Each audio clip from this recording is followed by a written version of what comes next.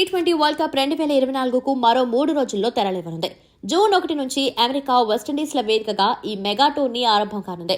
ఈ mega event కోసం భారత జట్టు ఇప్పటికే అమెరికా గడ్డపై అడుగుపెట్టింది. ఇక ఇది ఇలా ఉండగా భారత టీ20 వరల్డ్ కప్ ప్రధాన జట్టులో నయా ఫినిషర్ రింకు సింగ్కు చోటు దక్కకపోయిన సంగతి తెలిసిందే. రింకుకు మెయిన్ స్క్వాడ్ లో కాకుండా రిజర్వ్ జాబితాలో సెలెక్టర్ చోటిచ్చారు. సెలెక్టర్లు తీసుకున్న ఈ నిర్ణయంపై పెద్ద ఎత్తున చర్చ నడిచింది. ఈ క్రమంలో వరల్డ్ కప్ జట్టులో చోటు దక్కకపోవడంపై తొలిసారి రింకు స్పందించారు.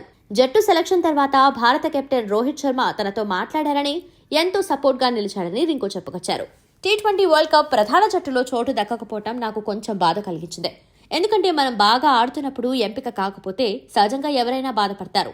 అయితే నన్ను ఎంపిక చేయకపోవడంలో సెలెక్టర్ల తప్పేమీ లేదు. టీం కాంబినేషన్ కారణంగా నన్ను ఎంపిక చేయలేదు. నేను మొదట్లో కొంచెం బాధపడ్డాను. ఆ తర్వాత మన చేతిలో లేని వాటి గురించి ఎక్కువగా ఆలోచించకూడదని నాకు నేనే సర్ది చెప్పుకున్నాను. ఏది జరిగినా సరే అది మన మంచికే అనుకున్నాను. రోహిత్ భయ్య కూడా నాతో మాట్లాడారు.